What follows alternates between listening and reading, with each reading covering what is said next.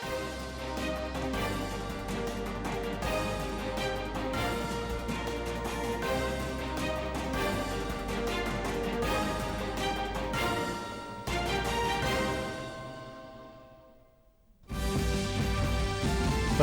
ने अखिल भारतीय सिक्ख्या समागम ਨੂੰ ਅੱਜ ਸੰਬੋਧਨ ਕਰਦਿਆਂ ਕਿਹਾ 21ਵੀਂ ਸਦੀ ਦੇ ਭਾਰਤ ਨੂੰ ਬਦਲਣ ਵਿੱਚ ਸਿੱਖਿਆ ਨੇ ਨਿਭਾਈ ਅਹਿਮ ਭੂਮਿਕਾ।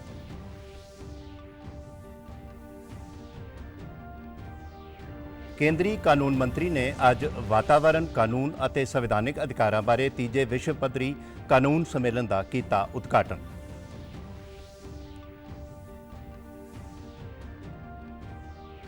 ਤੇ ਪੰਜਾਬ ਸਰਕਾਰ ਨੇ ਸਿੱਖਿਆ ਵਿਭਾਗ ਵਿੱਚ ਕੰਮ ਕਰ ਰਹੇ 12,710 ਠੇਕਾ ਆਧਾਰਿਤ ਅਧਿਆਪਕਾਂ ਨੂੰ ਕੀਤਾ ਰੈਗੂਲਰ।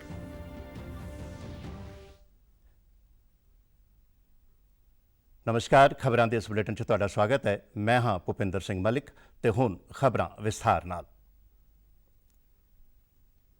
ਪ੍ਰਧਾਨ ਮੰਤਰੀ ਨਰਿੰਦਰ ਮੋਦੀ ਨੇ ਕਿਹਾ ਹੈ ਕਿ ਸਿੱਖਿਆ ਵਿੱਚ ਦੇਸ਼ ਨੂੰ ਸਫਲ ਬਣਾਉਣ ਅਤੇ ਦੇਸ਼ ਦੀ ਕਿਸਮਤ ਬਦਲਣ ਦੀ ਤਾਕਤ ਹੈ। ਨਵੀਂ ਦਿੱਲੀ ਵਿੱਚ ਪ੍ਰਧਾਨ ਮੰਤਰੀ ਨੇ ਅਖਿਲ ਭਾਰਤੀ ਸਿੱਖਿਆ ਸਮਾਗਮ ਨੂੰ ਸੰਬੋਧਨ ਕਰਦਿਆਂ ਕਿਹਾ ਕਿ 21ਵੀਂ ਸਦੀ ਦੇ ਭਾਰਤ ਨੂੰ ਬਦਲਣ ਵਿੱਚ ਸਿੱਖਿਆ ਨੇ ਅਹਿਮ ਭੂਮਿਕਾ ਨਿਭਾਈ ਹੈ। ਕੌਮੀ ਸਿੱਖਿਆ ਨੀਤੀ ਸਥਾਨਕ ਭਾਸ਼ਾਵਾਂ ਵਿੱਚ ਸਿੱਖਿਆ ਦੇ ਰਹੀ ਹੈ। विद्या के लिए विमर्श जरूरी होता है, शिक्षा के लिए संवाद जरूरी होता है। मुझे खुशी है कि अखिल भारतीय शिक्षा समागम के इस सत्र के जरिए हम विमर्श और विचार की अपनी परंपरा को और आगे बढ़ा रहे हैं। ਅਖਿਲ ਭਾਰਤੀ ਸਿੱਖਿਆ ਸਮਾਗਮ ਦੇ ਮਹੱਤਵ ਦਾ ਜ਼ਿਕਰ ਕਰਦਿਆਂ ਪ੍ਰਧਾਨ ਮੰਤਰੀ ਨੇ ਕਿਹਾ ਕਿ ਸਿੱਖਿਆ ਲਈ ਸੰਵਾਦ ਜ਼ਰੂਰੀ ਹੈ। ਸੰਵਾਦ ਅਤੇ ਚਰਚਾ ਦੀ ਵਿਰਾਸਤ ਨੂੰ ਇਹ ਸਿੱਖਿਆ ਸਮਾਗਮ ਅੱਗੇ ਵਧਾ ਰਿਹਾ ਹੈ। ਨਵੀਂ ਸਿੱਖਿਆ ਨੀਤੀ ਦੇ 3 ਵਰ੍ਹੇ ਪੂਰੇ ਹੋਣ ਤੇ ਪ੍ਰਧਾਨ ਮੰਤਰੀ ਨੇ ਅਧਿਆਪਕਾਂ ਅਤੇ ਸਕੂਲਾਂ ਦੀ ਭੂਮਿਕਾ ਦੀ ਸ਼ਲਾਘਾ ਕਰਦਿਆਂ ਕਿਹਾ ਕਿ ਪਿਛਲੇ 3 ਵਰ੍ਹਿਆਂ ਵਿੱਚ ਕੌਮੀ ਸਿੱਖਿਆ ਨੀਤੀ ਨੂੰ ਉਹਨਾਂ ਨੇ ਮਿਸ਼ਨ ਮੋਡ ਤੇ ਲਾਗੂ ਕੀਤਾ ਹੈ। ਉਹਨਾਂ ਕਿਹਾ ਕਿ ਕੌਮੀ ਸਿੱਖਿਆ ਨੀਤੀ ਇੱਕ ਰੂਪਤਾ ਲਿਆਵੇਗੀ ਅਤੇ ਛੇਤੀ ਹੀ ਕੌਮੀ ਪਾਠਕ੍ਰਮ ਢਾਂਚੇ ਨੂੰ ਲਾਗੂ ਕੀਤਾ ਜਾਵੇਗਾ। ਪ੍ਰਧਾਨ ਮੰਤਰੀ ਨੇ ਪ੍ਰੋਗਰਾਮ ਦੌਰਾਨ 6,707 ਸਕੂਲਾਂ ਲਈ PM ਯੋਜਨਾ ਤਹਿਤ 630 ਕਰੋੜ ਰੁਪਏ ਦੀ ਪਹਿਲੀ ਕਿਸ਼ਤ ਜਾਰੀ ਕੀਤੀ ਅਤੇ ਦੇਸ਼ ਦੀਆਂ ਵੱਖ-ਵੱਖ ਭਾਸ਼ਾਵਾਂ ਵਿੱਚ ਪ੍ਰਕਾਸ਼ਿਤ ਕਿਤਾਬਾਂ ਦਾ ਉਦਘਾਟਨ ਵੀ ਕੀਤਾ। ਕੇਂਦਰੀ ਸਿੱਖਿਆ ਮੰਤਰੀ ਧਰਮਿੰਦਰ ਪ੍ਰਧਾਨ ਨੇ ਇਸ ਮੌਕੇ ਕਿਹਾ ਕਿ ਸਿੱਖਿਆ ਵਿਵਸਥਾ ਬਾਰੇ ਸਾਡੇ ਆਜ਼ਾਦੀ ਘੁਲਾਟੀਆਂ ਦਾ ਸੁਪਨਾ ਪ੍ਰਧਾਨ ਮੰਤਰੀ ਮੋਦੀ ਦੀ ਅਗਵਾਈ ਵਿੱਚ ਕੌਮੀ ਸਿੱਖਿਆ ਨੀਤੀ ਨਾਲ ਪੂਰਾ ਹੋ ਰਿਹਾ ਹੈ। रविंद्रनाथ टैगोर जी, स्वामी विवेकानंद जी, महर्षि अरविंद जी से लेकर मदन मोहन मालवीय तथा सर्वपल्ली राधाकृष्ण जैसे विभूतियों ने जिस समग्र और बहुआयामी शिक्षा की जो परिकल्पना रखी, आज प्रधानमंत्री जी के नेतृत्व में राष्ट्रीय शिक्षा नीति में उस चिंतन धारा को मूर्ति रूप दे रही है। ਕੌਮੀ ਸਿੱਖਿਆ ਨੀਤੀ ਬਾਰੇ ਦੂਰਦਰਸ਼ਨ ਚੰਡੀਗੜ੍ਹ ਨਾਲ ਖਾਸ ਗੱਲਬਾਤ ਦੌਰਾਨ ਵਿਦਿਆਰਥੀਆਂ ਅਤੇ ਅਧਿਆਪਕਾਂ ਨੇ ਆਪਣੇ ਵਿਚਾਰ ਸਾਂਝੇ ਕੀਤੇ। स्टूडेंट है 1 साल की स्टडी करके भी किसी और कॉलेज में किसी और यूनिवर्सिटी में सेकेंड ईयर में एडमिशन ले सकता है। फिर उसके बाद अगर सेकेंड ईयर भी रुक जाती है किसी वजह से, उसके फैमिली प्रॉब्लम से या फाइनेंशियल प्रॉब्लम से, वो वहाँ से एग्जिट करके किसी और यूनिवर्सिटी में एडमिशन ले सकता है और उसका इस तरीके से कोई भी ईयर का लॉस नहीं होगा। जो न्यू एजुकेशन पॉलिसी हमारी 3 साल से चल रही है, ये काफ़ी अच्छी है, स्टूडेंट सेंट्रिक है, एजुकेशन सेंट्रिक है, काफ़ी सपोर्ट दे रही है। एजुकेशन में काफ़ी सारे चेंजेस आए हैं जो कि हमारे लिए अच्छे हैं and I am thankful to our honourable prime minister Shri Narendra Modi कि वो हमारे लिए पॉलिसी लेके आए हैं। ਕੇਂਦਰੀ ਕਾਨੂੰਨ ਮੰਤਰੀ ਅਰਜੁਨ ਰਾਮ ਮੇਘਵਾਲ ਨੇ ਅੱਜ ਚੰਡੀਗੜ੍ਹ ਯੂਨੀਵਰਸਿਟੀ ਘੜੂਆਂ ਵਿੱਚ ਵਾਤਾਵਰਣ ਕਾਨੂੰਨ ਅਤੇ ਸੰਵਿਧਾਨਿਕ ਅਧਿਕਾਰਾਂ ਬਾਰੇ ਤੀਜੇ ਵਿਸ਼ਵ ਪੱਧਰੀ ਕਾਨੂੰਨ ਸੰਮੇਲਨ ਦਾ ਉਦਘਾਟਨ ਕੀਤਾ। ਚੰਡੀਗੜ੍ਹ ਯੂਨੀਵਰਸਿਟੀ ਘੜੂਆਂ ਦੀ ਮੇਜ਼ਬਾਨੀ ਵਿੱਚ ਕਰਵਾਏ ਇਸ ਸੰਮੇਲਨ ਵਿੱਚ ਭਾਰਤ, ਨੇਪਾਲ, ਹਵਾਈ ਅਤੇ ਫਿਲੀਪੀਨਜ਼ ਦੇ ਕਾਨੂੰਨੀ ਮਾਹਰ ਅਤੇ ਹੋਰ ਬੁੱਧੀਜੀਵੀ ਹਿੱਸਾ ਲੈ ਰਹੇ ਨੇ। ਵਾਤਾਵਰਣ ਸੰਬੰਧੀ ਮੁੱਦਿਆਂ, ਜਲਵਾਯੂ ਪਰਿਵਰਤਨ ਅਤੇ ਵਾਤਾਵਰਣ ਬਾਰੇ ਹੋਰ ਔਕੜਾਂ ਦੇ ਹੱਲ ਦੇ ਨਾਲ-ਨਾਲ ਇਸ ਦੁਨੀਆ ਨੂੰ ਬਿਹਤਰ ਰਹਿਣ ਦੀ ਜਗ੍ਹਾ ਬਣਾਉਣ ਲਈ ਦੁਨੀਆ ਭਰ ਦੇ ਦੇਸ਼ਾਂ ਨੂੰ ਭਾਰਤ ਨੇ ਇੱਕ ਪ੍ਰਿਥਵੀ, ਇੱਕ ਪਰਿਵਾਰ, ਇੱਕ ਭਵਿੱਖ ਦੀ ਸੋਚ ਦੇ ਵਿਸ਼ੇ ਨਾਲ G20 ਦੀ ਪ੍ਰਧਾਨਗੀ ਸੰਭਾਲੀ ਹੈ। ਕੇਂਦਰੀ ਮੰਤਰੀ ਨੇ ਇਸ ਮੌਕੇ ਬੋਲਦਿਆਂ ਵਾਤਾਵਰਣ ਨਾਲ ਸੰਬੰਧਿਤ ਮੁੱਦਿਆਂ ਨਾਲ ਨਜਿੱਠਣ ਲਈ ਪ੍ਰਭਾਵੀ ਨੀਤੀਆਂ, ਕਾਨੂੰਨਾਂ ਅਤੇ ਕੌਮਾਂਤਰੀ ਸਾਂਝ ਬਾਰੇ ਵਿਚਾਰ ਸਾਂਝੇ ਕੀਤੇ। ਜੋ ਹਮਾਰੇ ਕੁਝ ਲॉ बने, बहुत से ऐसे केसेज रहे जो इन्वायरमेंट से संबंधित केसेज आए, नेशनल ग्रीन ट्रिब्यूनल बना कि जब तक देश के नागरिक नहीं मानेंगे, कानून बनाना एक अच्छा स्टेप है, लेकिन ड्यूटी के रूप में जब देश के नागरिक मानेंगे तो उस कानून का प्रभाव ज़्यादा समाज पे अच्छा पड़ेगा और हम प्रकृति को भी ठीक रख पाएंगे और हमारी नेक्स्ट जनरेशन को भी हम अच्छा और एक स्वच्छ वातावरण दे पाएंगे। आज इसी की वर्कशॉप थी। ਸੰਮੇਲਨ ਦਾ ਮੰਤਵ ਨੌਜਵਾਨਾਂ, ਪੇਸ਼ੇਵਰਾਂ, ਸਮਾਜ ਸੇਵਕਾਂ ਸਮੇਤ ਸਾਰੇ ਖੇਤਰਾਂ ਦੇ ਲੋਕਾਂ ਨੂੰ ਵਾਤਾਵਰਣ ਦੇ ਵਿਚਾਰ ਅਤੇ ਇਸ ਦੇ ਨਿਆਂ ਸ਼ਾਸਤਰ ਬਾਰੇ ਜਾਗਰੂਕ ਕਰਨਾ ਹੈ। ਪੰਜਾਬ ਸਰਕਾਰ ਨੇ ਸਿੱਖਿਆ ਵਿਭਾਗ ਵਿੱਚ ਕੰਮ ਕਰ ਰਹੇ 12,710 ਠੇਕਾ ਆਧਾਰਿਤ ਅਧਿਆਪਕਾਂ ਨੂੰ ਤਨਖਾਹਾਂ ਵਿੱਚ ਵਾਧੇ ਦੇ ਨਾਲ ਰੈਗੂਲਰ ਕਰ ਦਿੱਤਾ ਹੈ। ਚੰਡੀਗੜ੍ਹ ਦੇ ਟੈਗੋਰ ਥੀਏਟਰ ਵਿੱਚ ਹੋਏ ਇੱਕ ਸਮਾਗਮ ਦੌਰਾਨ ਮੁੱਖ ਮੰਤਰੀ ਭਗਵੰਤ ਮਾਨ ਨੇ ਠੇਕਾ ਆਧਾਰਿਤ ਅਧਿਆਪਕਾਂ ਨੂੰ ਰੈਗੂਲਰ ਨੌਕਰੀ ਦੇ ਨਿਯੁਕਤੀ ਪੱਤਰ ਸੌਂਪਦਿਆਂ ਕਿਹਾ ਕਿ ਸਰਕਾਰ ਵੱਲੋਂ ਅਧਿਆਪਕ ਵਰਗ ਨਾਲ ਕੀਤਾ ਵੱਡਾ ਵਾਅਦਾ ਪੂਰਾ ਕੀਤਾ ਗਿਆ ਹੈ ਤੇ ਇਹਨਾਂ ਅਧਿਆਪਕਾਂ ਨਾਲ ਜੁੜਿਆ ਕੱਚਾ ਸ਼ਬਦ ਹਟਾ ਦਿੱਤਾ ਗਿਆ ਹੈ। ਮੁੱਖ ਮੰਤਰੀ ਨੇ ਕਿਹਾ ਕਿ ਉਹ ਅਧਿਆਪਕ ਵਰਗ ਨੂੰ ਦਰਪੇਸ਼ ਹਰ ਮੁੱਦੇ ਦੇ ਹੱਲ ਲਈ ਮੌਜੂਦ ਨੇ ਅਤੇ ਉਹਨਾਂ ਦਾ ਮੰਨਣਾ ਹੈ ਕਿ ਜੇਕਰ ਅਧਿਆਪਕਾਂ ਦਾ ਭਵਿੱਖ ਸੁਰੱਖਿਅਤ ਹੈ ਤਾਂ ਉਹ ਵਿਦਿਆਰਥੀਆਂ ਦੀ ਕਿਸਮਤ ਨੂੰ ਬਦਲ ਸਕਦੇ ਨੇ। ਮੁੱਖ ਮੰਤਰੀ ਨੇ ਕਿਹਾ ਕਿ ਇਹਨਾਂ ਅਧਿਆਪਕਾਂ ਨੂੰ ਹਰ ਸਾਲ 5% ਤਨਖਾਹ ਵਾਧੇ ਦੇ ਨਾਲ ਛੁੱਟੀਆਂ ਸਮੇਤ ਹੋਰ ਲਾਭ ਵੀ ਦਿੱਤੇ ਜਾਣਗੇ।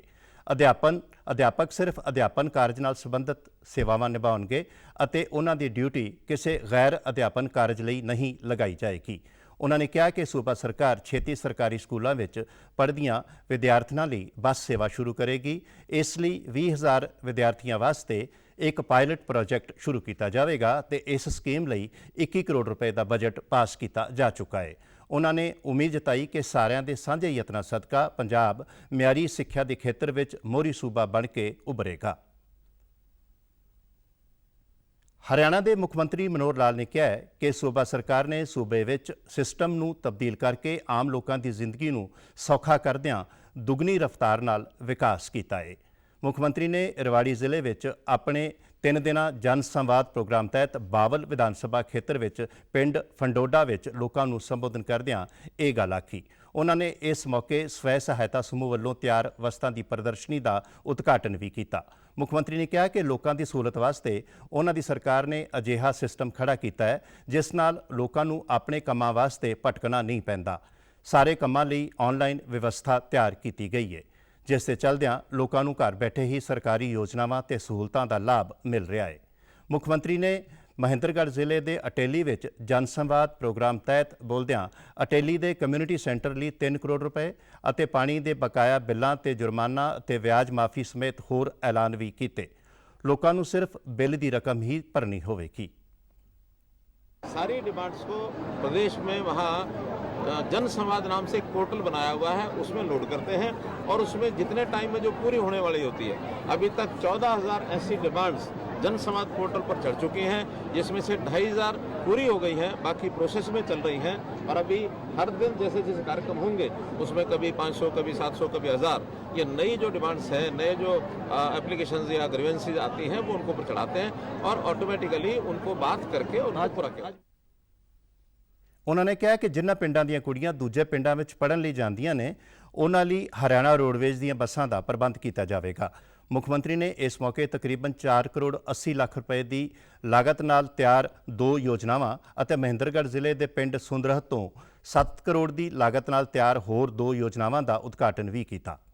ਦਿਵਿਆਂਗਾਂ ਨੂੰ ਵੀਲਚੇਅਰ ਅਤੇ ਬਨੌਟੀ ਅੰਗ ਵੀ ਭੇਂਟ ਕੀਤੇ ਗਏ। ਪੰਜਾਬ ਦੇ ਸਿਹਤ ਮੰਤਰੀ ਡਾਕਟਰ ਬਲਬੀਰ ਸਿੰਘ ਨੇ ਆਯੁਸ਼ਮਾਨ ਭਾਰਤ ਮੁੱਖ ਮੰਤਰੀ ਸਿਹਤ ਬੀਮਾ ਯੋਜਨਾ ਬਾਰੇ ਲੋਕਾਂ ਨੂੰ ਜਾਗਰੂਕ ਕਰਨ ਤੇ ਯੋਗ ਲਾਭਪਾਤਰੀਆਂ ਨੂੰ ਯੋਜਨਾ ਤਹਿਤ ਕਵਰ ਕਰਨ ਲਈ 7 IEC ਵੈਨਾਂ ਨੂੰ ਪੰਜਾਬ ਭਵਨ ਚੰਡੀਗੜ੍ਹ ਤੋਂ ਹਰੀ ਝੰਡੀ ਦੇ ਕੇ ਰਵਾਨਾ ਕੀਤਾ।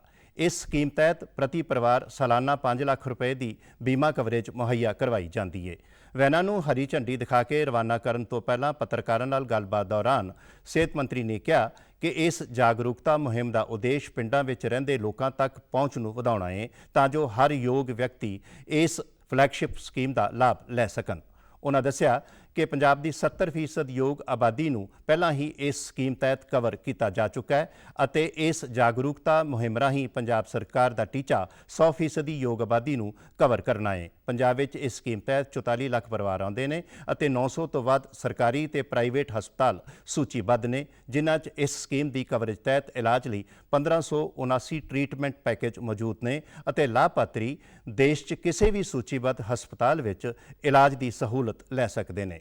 ਜਾਗਰੂਕਤਾ ਵੈਨਾਂ ਰਾਹੀਂ ਲੋਕਾਂ ਨੂੰ ਇਸ ਸਕੀਮ ਤਹਿਤ ਰਜਿਸਟਰ ਕਰਵਾਉਣ ਤੋਂ ਇਲਾਵਾ ਕਾਰਡ ਬਣਾਉਣ ਦੀ ਸਹੂਲਤ ਵੀ ਮੁਹੱਈਆ ਕਰਵਾਈ ਜਾਏਗੀ।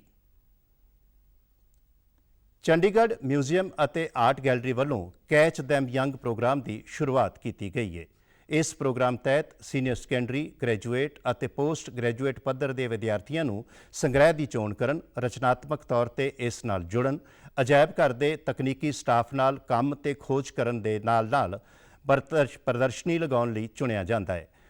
ਪਹਿਲੀ ਪ੍ਰਦਰਸ਼ਨੀ 12ਵੀਂ ਜਮਾਤ ਦੇ ਵਿਦਿਆਰਥੀ ਅਵਿਰਲ ਅਗਰਵਾਲ ਵੱਲੋਂ ਤਿਆਰ ਕੀਤੀ ਗਈ ਹੈ। ਇਸ ਨਿਵੇਕਲੀ ਪ੍ਰਦਰਸ਼ਨੀ ਵਿੱਚ ਮੁਗਲ ਸਲਤਨਤ ਦੇ ਸਿੱਕਿਆਂ ਰਾਹੀਂ 8ਵੀਂ ਤੋਂ 18ਵੀਂ ਸ਼ਤਾਬਦੀ ਤੱਕ ਅਰਥ ਵਿਵਸਥਾ ਦੇ ਉਤਰਾਅ ਚੜ੍ਹਾਅ, ਕਲਾ ਅਤੇ ਸੱਭਿਆਚਾਰ ਵਿੱਚ ਹੋਏ ਬਦਲਾਅ ਦੇ ਸਫ਼ਰ ਨੂੰ ਦਰਸਾਇਆ ਗਿਆ ਹੈ। ਪ੍ਰਦਰਸ਼ਨੀ ਵਿੱਚ 45 ਸਿੱਕੇ ਪੇਸ਼ ਕੀਤੇ ਗਏ ਨੇ, ਜਿਨ੍ਹਾਂ ਤੇ ਦੰਤਕਥਾ ਦਾ ਲਿਪੀ ਅੰਤਰਨ ਜ਼ਿਆਦਾਤਰ ਅਰਬੀ ਤੇ ਫਾਰਸੀ ਭਾਸ਼ਾ ਵਿੱਚ ਹੈ। ਦੰਤਕਥਾ ਬਾਰੇ ਅੰਗਰੇਜ਼ੀ ਅਤੇ ਹਿੰਦੀ ਵਿੱਚ ਸਮਝਣ ਲਈ ਦਰਸ਼ਕਾਂ ਨੂੰ ਮਦਦ ਮਿਲੇਗੀ। तो ये हिंदुस्तान के इतिहास के मतलब 9वीं से लेकर 19वीं सदी के बीच में सिक्कों पे है।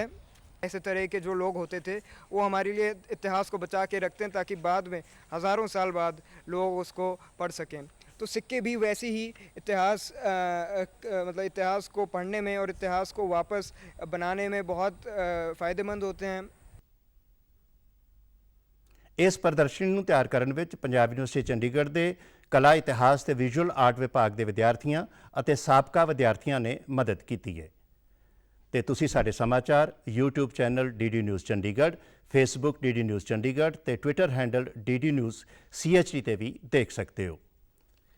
ਇਸ ਦੇ ਨਾਲ ਹੀ ਖਬਰਾਂ ਦਾ ਬੁਲੇਟਿਨ ਹੁਣ ਖਤਮ ਹੁੰਦਾ ਹੈ। ਆਗਿਆ ਦਿਓ। ਨਮਸਕਾਰ।